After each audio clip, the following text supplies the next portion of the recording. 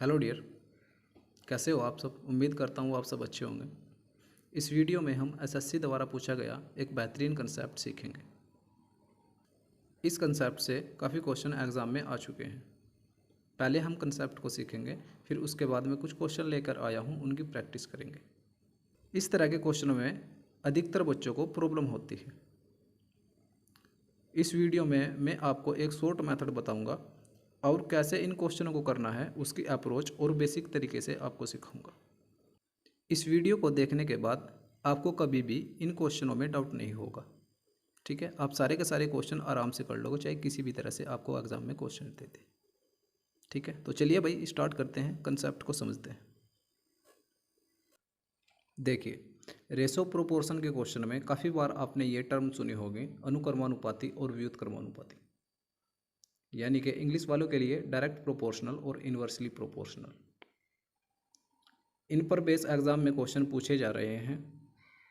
कैसे question exam में आते हैं, आपको बोलता है, कोई भी टर्म आपको दे देगा कि एक्स वाई के अनुक्रमानुपाती है, एक्स की वैल्यू इतनी पर वाई की वैल्यू इतनी है, तो वाई की वैल्यू इतनी पर या एक्स की वैल्यू इतनी पर वाई की वैल्यू कितनी होगी या एक्स की वैल्यू कितनी होगी।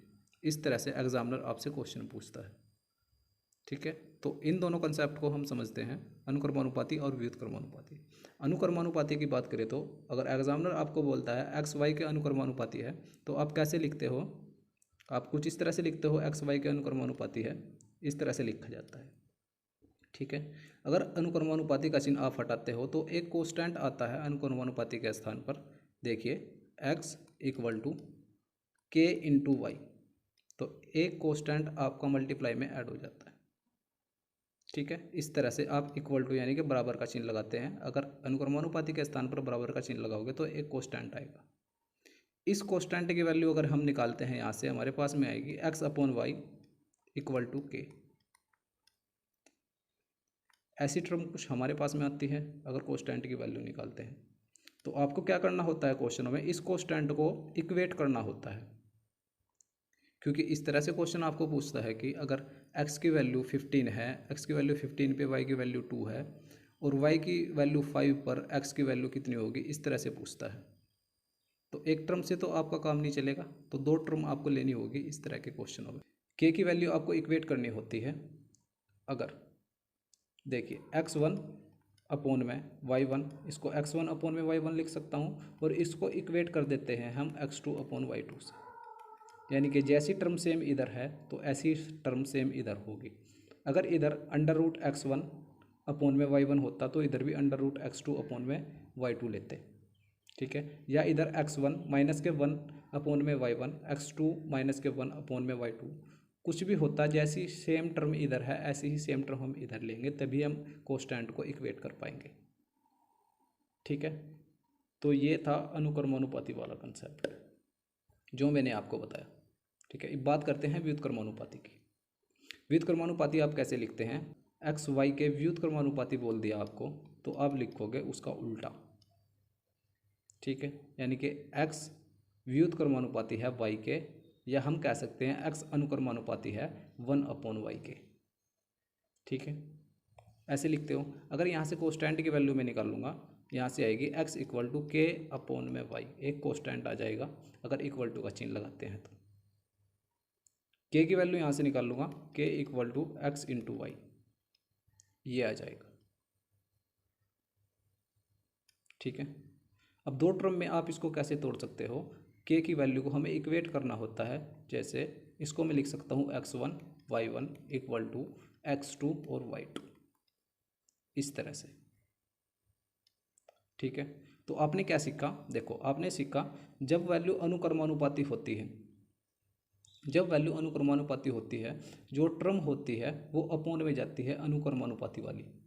यहाँ पे देखो, अगर x y के अनुक्रमानुपाती था, हमने कोस्टेंट की वैल्यू निकाली, तो यहाँ पे y जो है x के अपोन में है, यानी कि x1 अपोन में y1, x2 अपोन में y2। अनुक्रमानुपाती में जो टर्म होती है वो अपोन में जाती है, यानी कि बटे में जाती है। ठीक है, और व्युत्क्रमानुपाती में जो टर्म होती है वो मल्टीप्लाई में आती है। ठीक है, यहाँ पर हमने वैल्यू निकाल ली कोस्टेंट की एक्स वाई आई, यानी कि मल्टीप्लाई में x1 y1 equal to x2 y2। ये दो बातें आपको याद रखनी है। अगर अनुक्रमानुपाती आपको बोल देगा तो अपोन में आपको लिखना है, अगर व्युत्क्रमानुपाती बोल देगा तो मल्टीप्लाई में आपको लिखना है। ठीक है, ये सिर्फ दो टर्म आपको याद रखनी है। अगर आपको ये याद है तो आप क्वेश्चनों को आसानी से कर पाओगे। ठीक है, फिर चाहे वो आपको 3 टर्म दे दे, 4 टर्म दे दे, आप क्वेश्चन को आसानी से कर लोगे। ठीक है, जैसे कि मैं एक और एग्जांपल लेता हूँ। देखो, अगर एग्जामिनर आपको बोल दे एक्स वाई के अनुक्रमानुपाती और एक्स ही जेड के व्युत्क्रमानुपाती है, तो आप कुछ ऐसे लिखोगे, यहाँ पर एक्स वाई के अनुक्रमानुपाती है और एक्स यहाँ पर जेड के व्युत्क्रमानुपाती है। ठीक है, ऐसे कुछ लिखोगे। तो इसको हम मर्ज कैसे कर सकते हैं? देखो, x1 अपोन में y1, y1 तो अनुक्रमानुपाती है तो अपोन में जाएगा। ठीक है, इनटू में जो z है व्युत्क्रमानुपाती है, z व्युत्क्रमानुपाती है तो ये इनटू में आएगा। ठीक है, तो यहाँ पे हम लिख सकते हैं x1 z1 अपोन में y1। ठीक है, इस तरह से इस टर्म को यूज़ कर सकते हैं। इसके इक्वल टू में हम इसको इक्वेट कर सकते हैं x2 z2 अपोन में y2, इस तरह से। ठीक है, तो जो कंसेप्ट है मैंने आपको बताया, इस कंसेप्ट के बेस पर काफ़ी क्वेश्चन एग्जाम में आ रहे हैं। जो प्रीवियस ईयर क्वेश्चन है मैं कुछ लेके आया हूँ, उनकी हम प्रैक्टिस कर लेते हैं। ठीक है, तो चलते हैं अपने क्वेश्चनों पर। देखिए, पहला क्वेश्चन आपकी स्क्रीन पर है। एक बार मेरे करने से पहले क्वेश्चन को खुद से ट्राई करना। ठीक है, क्योंकि आप ज़्यादा समझ पाओगे। ठीक है, तो चलिए स्टार्ट करते हैं। देखो, क्वेश्चन में क्या दिया है, जी एच के समानुपाती है, यानी कि डायरेक्टली प्रोपोर्शनल है। अगर जी इक्वल टू 3 और एच इक्वल टू 18 हो तो जी का मान बताओ जब एच इक्वल टू 9 हो। तो ये आपको क्वेश्चन में दिया गया है। देखिए, उसने बोला है जी एच के समानुपाती है, यानी कि डायरेक्टली प्रोपोर्शनल है, तो मैं डायरेक्ट लिख सकता हूँ G1 अपोन में H1। ये बात मैं पीछे आपको समझा चुका हूँ। अगर समानुपाती है यानी कि डायरेक्टली प्रोपोर्शनल है तो वो अपोन में लिखा जाता है, जिसके प्रोपोर्शनल है उसके अपोन में लिखा जाता है। G1 अपोन में H1, यहाँ तक हम कर सकते हैं। एक और टर्म हम ले सकते हैं G2 अपोन में H2, क्योंकि दो ही टर्म में उसने वैल्यू हमसे पूछी है। जी की वैल्यू देखो, जी की वैल्यू 3 है तो एच की वैल्यू 18 है, यानी कि G1 हमारे पास में 3 है और H1 हमारे पास में 18 है। जी का मान बताओ जब h इक्वल टू 9 हो, यानी कि H2 की वैल्यू मेरे पास में 9 दे रखी है और G2 की वैल्यू मेरे को बतानी है।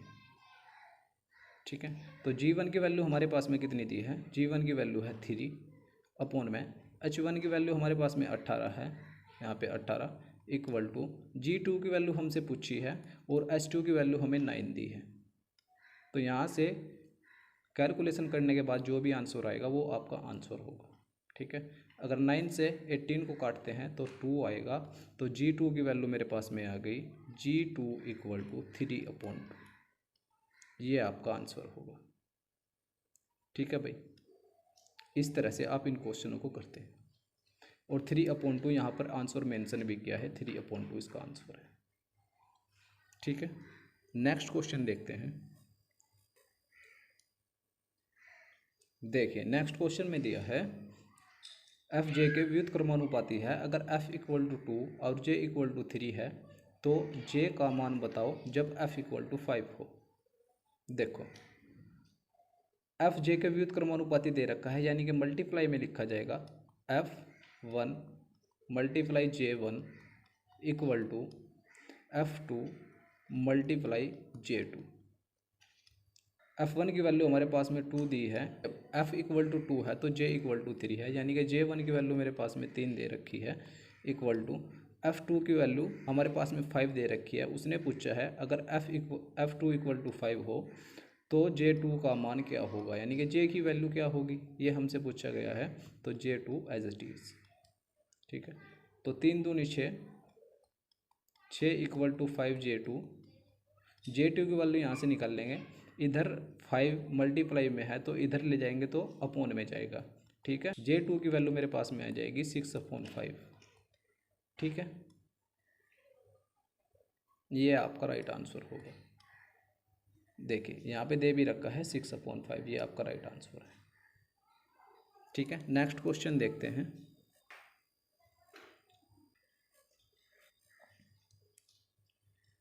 देखिए क्वेश्चन में दिया गया है, ये क्वेश्चन मैंने किरण की बुक से लिया है, इस कंसेप्ट पे बेस था तो मैंने ले लिया।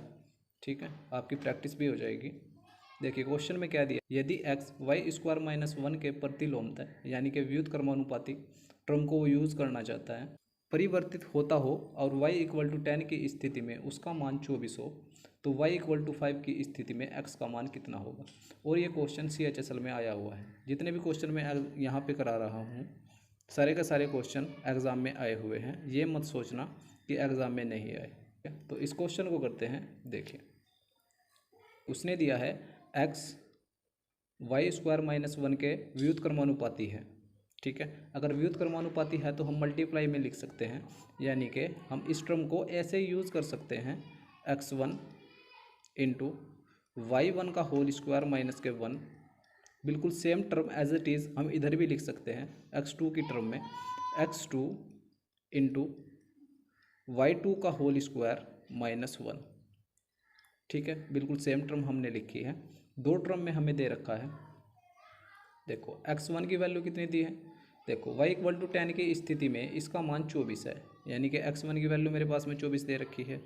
24 इंटू में y1 की वैल्यू 10 है, 10 का square minus 1 equal to x2 की वैल्यू हमसे पूछी गई है x2 as it is, y2 की वैल्यू 5 दी है, 5 का स्क्वायर माइनस 1। अब इसको सोल्व करते हैं। देखो 24 इंटू 10 का स्क्वायर 100 माइनस 1 करेंगे तो 99 इक्वल टू x2 की वैल्यू हमसे पूछी है 5 का स्क्वायर 25, 1 घटाएंगे तो 24, यहाँ पे आएगा 24। 24 से 24 कट जाएगा इधर वाला, और x2 इक्वल टू हमारे पास में आ जाएगा 99।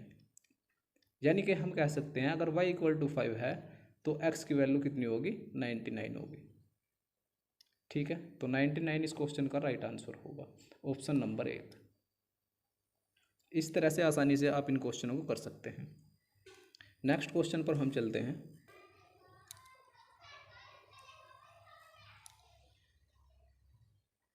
देखिए क्वेश्चन में आपको दिया गया है, एक सिक्के का मूल्य उसकी त्रिज्या के वर्ग के समानुपाती है जब उसकी चौड़ाई नियत रहती है।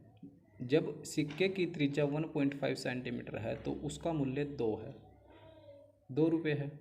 सिक्के की त्रिज्या बताओ जब उसका मूल्य 10 रुपये हो। देखो क्वेश्चन में क्या दिया है, एक सिक्के का मूल्य उसकी त्रिज्या के वर्ग के समानुपाती है। देखिए समानुपाती हमसे बोल रहा है, यानी कि डायरेक्टली प्रोपोर्शनल है, तो हम क्या करेंगे, अपोन में लिख सकते हैं। अगर मूल्य p है और त्रिज्या आपकी r है तो P1/R1 का स्क्वायर, क्योंकि उसने दिया है त्रिज्या के वर्ग के समानुपाती है। ठीक है, इसी प्रकार दूसरी टर्म को हम इससे इक्वेट कर सकते हैं P2/R2 का होल स्क्वायर। ठीक है, उसने P1 की वैल्यू हमें दी है। जब सिक्के की त्रिज्या 1.5 सेंटीमीटर है तो उसका मूल्य 2 है, यानी कि P1 की वैल्यू हमारे पास में 2 है और R1 की वैल्यू हमारे पास में दी है उसने 1.5 का होल स्क्वायर, 2/1.5 का होल स्क्वायर इक्वल टू, उसने पूछा है सिक्के की त्रिज्या, सिक्के की त्रिज्या हमसे पूछी है और P2 की वैल्यू हमें दी है 10। ये देखो यहाँ पे, ठीक है, 10/R2 का होल स्क्वायर, इसकी वैल्यू हमसे पूछी गई है। देखिए अगर 2 से इसको डिवाइड करता हूँ 10 को तो 5 आएगा। ठीक है, R2 को इधर लेके जाओ और 1.5 का स्क्वायर इसको इधर लेके जाओ। R2 स्क्वायर की वैल्यू मेरे पास में आएगी 5 × 1.5 का होल स्क्वायर, ये वैल्यू आ गई। अगर आगे इसको सोल्व करते हैं तो R2 इक्वल टू यहाँ से निकलेगा, R2 इक्वल टू 1.5 का स्क्वायर तो कट जाएगा, यानी कि 1.5 इंटू में √5, ये आपका आंसर होगा। चाहे तो ये आंसर रख लो, या ऐसे अगर ऑप्शन में नहीं दिया तो R2 इक्वल टू 3/2 लिख सकते हैं 1.5 को, और इंटू में √5, ये आपका आंसर होगा। ठीक है, ये देखो यहाँ पे दिया भी है ये वाला, या तो ये वाला आंसर होगा या ये वाला आंसर। नेक्स्ट क्वेश्चन की बात करते हैं। देखिए नेक्स्ट क्वेश्चन में दिया है एस टी के वर्गमूल के समानुपाती है। अगर s इक्वल टू 3 और t इक्वल टू 81 तो t का मान ज्ञात करो जब s इक्वल टू 9 हो। देखिए एस टी के वर्गमूल के समानुपाती दे रखा है, यानी कि अपोन में आएगा वर्गमूल यानी कि अंडर रूट टी। हम यहाँ पे लिख सकते हैं S1 अपोन में T1 का अंडर रूट, क्योंकि वर्गमूल के समानुपाती दे रखा है, इक्वल टू दूसरी टर्म हम इक्वेट कर सकते हैं S2 अपोन में अंडर रूट T2। ठीक है, S1 की वैल्यू हमारे पास में 3 दे रखी है, 3 अपोन में T1 की वैल्यू 81 है, under root 81 equal to S2 की वैल्यू 9 दे रखी है, और T2 की वैल्यू हमसे पूछी है अंडर रूट T2। जैसी टर्म इधर है सेम ऐसी टर्म हमें इधर लेनी है, ये मैं आपको बता चुका हूँ। ठीक है, अब देखो 3 से 9 कितनी बार जाएगा, 3 बार जाएगा। ठीक है, और अंडर रूट 81 का मान कितना होता है 9, और 9 की मल्टीप्लाई इधर करेंगे, ये यानी कि कट के यहाँ पे आ जाएगा 9। T2 को इधर लेके जाओ, under root T2 equal to 9 को इधर लेके जाएंगे 27, 9 की मल्टीप्लाई 3 में होगी 9 3 27। ठीक है, अब उसने पूछा है T का मान कितना होगा, इसका दोनों ओर स्क्वायर कर दो। ठीक है, अगर 27 का स्क्वायर करेंगे तो कितना आएगा T2 इक्वल टू 729, 729, 729 आपका राइट आंसर होगा। ठीक है, ये यहाँ पे ऑप्शन में दे भी रखा है, ऑप्शन ए। नेक्स्ट क्वेश्चन की बात करते हैं। देखिए ये क्वेश्चन मैंने नोटबुक में कर रखा था, तो मैंने सोचा कि ये भी क्वेश्चन आपको करा दिया जाए। देखिए क्वेश्चन में क्या दिया है, ए बी के अनुक्रमानुपाती और सी के व्युत्क्रमानुपाती है। जब ए इक्वल टू 4/3 और सी इक्वल टू 9/14 है, तो बी इक्वल टू 3/7 है। तब जब ए इक्वल टू 4√3 और बी इक्वल टू 30 है, तो सी का मान ज्ञात कीजिए। इस बार हमें 3 टर्म दे रखी है, अभी तक हमने जो क्वेश्चन किए उसमें 2 टर्म थी, 3 टर्म दे रखी है। देखिए कैसे करेंगे, ए बी के अनुक्रमानुपाती है, यानी कि अपोन में हम लिखेंगे अनुक्रमानुपाती वाली टर्म A1 अपोन में B1, इसके अनुक्रमानुपाती है, और सी के व्युत्क्रमानुपाती है। जब व्युत्क्रमानुपाती होता है तो जिसके व्युत्क्रमानुपाती होता है उसको मल्टीप्लाई में लिखते हैं, यानी कि A1 की मल्टीप्लाई में आएगा C1। ठीक है, 3 टर्म हो गई इक्वल टू, ऐसी ही टर्म एक और हम इससे इसको इक्वेट कर सकते हैं A2 इंटू C2 अपोन में B2। ठीक है, अब देखो A इक्वल टू 4/3 पर C इक्वल टू 9/14 है, और B इक्वल टू 3/7 है, यानी कि A1 C1 और B1 की वैल्यू हमें दे रखी है। A1 की वैल्यू कितनी दी है 4/3 इंटू C1 की वैल्यू 9/14, और B1 की वैल्यू हमें दे रखी है 3/7। ये वैल्यू हमने यहाँ पे पुट कर दी। A2 की वैल्यू हमारे पास में दे रखी है 4√3 इंटू, और B1 की वैल्यू हमें दे रखी है, C2 की वैल्यू हमें निकालनी है, B2 की वैल्यू 30, ये वैल्यू हमें दे रखी है। ठीक है, अब देखो, अब सिर्फ यहाँ आपको कैलकुलेशन करनी है। अगर 7 से इसको डिवाइड करेंगे 2 बार जाएगा। ठीक है, और 3 से इसको डिवाइड करेंगे 3 बार जाएगा, 3 3 9, और 3 से ये 3 भी चला जाएगा, और 2 से अगर इसको काटेंगे 2 बार जाएगा, यानी कि इधर की जो टर्म हमारी बची वो बची 2 इक्वल टू, इधर हमारे पास में है 4√3 इंटू C2, इस 30 को इधर लेके जाओ मल्टीप्लाई 30। ठीक है, इस 2 से इसको डिवाइड करो 2 आएगा। ठीक है, तो ये आएगा 2√3, तो C2 की वैल्यू मेरे पास में यहाँ से क्या निकल के आएगी 30 अपोन में 2√3, या हम ऐसे भी लिख सकते हैं 2 से इसको डिवाइड करो 15 अपोन √3, या फिर 5 को हम तोड़ सकते हैं 5 इंटू 3 5 या 15 होता है, अपोन में √3 से अगर 3 को डिवाइड करेंगे तो √3 आएगा इक्वल टू 5√3। ये आपका राइट आंसर होगा। ठीक है, तो ऐसे इन क्वेश्चनों को आप आसानी से कर सकते हैं। एक और क्वेश्चन है उसको भी हम देखते हैं। देखिए इस क्वेश्चन में दिया है एक इंजन बिना किसी डिब्बे के 20/3 मीटर प्रति सेकंड की गति से चलता है। गति में कमी जोड़े गए डिब्बों की संख्या के वर्गमूल के समानुपाती है। यदि 4 डिब्बे जोड़े जाए तो इंजन की गति 15/9 मीटर प्रति सेकंड हो जाती है। तो बताओ इंजन में अधिकतम कितने डब्बे जोड़े जा सकते हैं जिस पर इंजन चल सकता है। देखिए, मेरे करने से पहले क्वेश्चन को एक बार खुद से ज़रूर ट्राई करना। भाई मैं आपको बोल चुका हूँ, अगर आप खुद से ट्राई करेंगे तो आप ज़्यादा सीखेंगे। ठीक है, आप थोड़ा सा दिमाग लगाइए क्वेश्चन में, आप आराम से कर लोगे। इस क्वेश्चन को कैसे करेंगे, उसने बोला है गति में कमी जोड़े गए डिब्बों की संख्या के वर्गमूल के समानुपाती है। यानी कि अगर उसकी स्पीड S1 है तो डिब्बों की संख्या के वर्गमूल के समानुपाती है। मतलब डिब्बे की संख्या हमने D मान ली, वर्गमूल के समानुपाती क्या रखा है, यानी कि डायरेक्टली प्रोपोर्शनल है।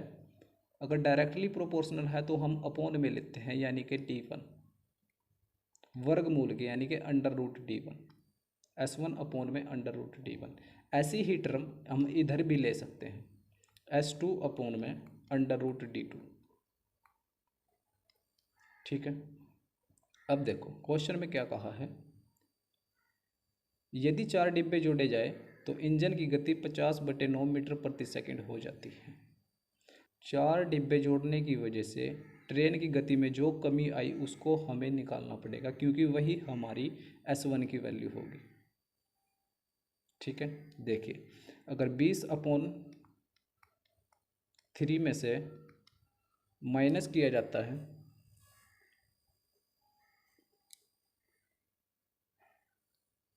माइनस करते हैं 15/9 तो इक्वल टू हमारे पास में आता है। इसमें ऊपर नीचे 3 से मल्टीप्लाई कर दो, 3 से मल्टीप्लाई करेंगे डिनोमिनेटर सेम हो जाएगा, यानी कि 3 तिया 9, डिनोमिनेटर सेम हो गया। 3 से मल्टीप्लाई 20 में करेंगे, 3 दूनी 6, 60 हो गया। 60 में से 50 गए 10, यानी कि हमारे पास में आएगा 10/9। 10/9 ये वैल्यू हमारे पास में होगी S1 की, क्योंकि 4 डिब्बे जोड़ने की वजह से 10/9 की कमी आई होगी स्पीड में। तो S1 की वैल्यू हमारे पास में 10/9 अपॉन में D1 की वैल्यू कितनी है 4 √4 इक्वल टू S2 की वैल्यू, S2 की वैल्यू हमारे पास में होगी। उसने क्या पूछा है देखो, तो बताओ इंजन में अधिकतम कितने डिब्बे जोड़े जा सकते हैं जिस पर इंजन चल सकता है।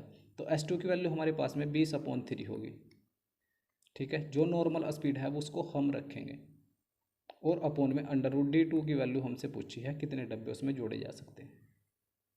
ठीक है, अगर इसको हम आगे सोल्व करते हैं तो हमारे पास में आएगा 10/9 × 2 इक्वल टू 20/3 इंटू √D2। ठीक है, 3 से इसको डिवाइड करते हैं, 3 तिया 9, 2 से इसको डिवाइड करते हैं, 2 पंजे 10, और 5 से इसको डिवाइड करते हैं, 5 चौक 20। ठीक है, इधर 3 है, अपॉन में 3 बचा है इधर, और इधर मल्टीप्लाई में 4 है, यानी कि √D2 की वैल्यू अगर मैं निकालता हूँ, इधर 3 डिवाइड में है, इधर जाएगा गुना में, तो 4 तिया 12, यहाँ पे D2 की वैल्यू आ गई 12। दोनों तरफ स्क्वायर करो, D2 इक्वल टू मेरे पास में आएगा 144।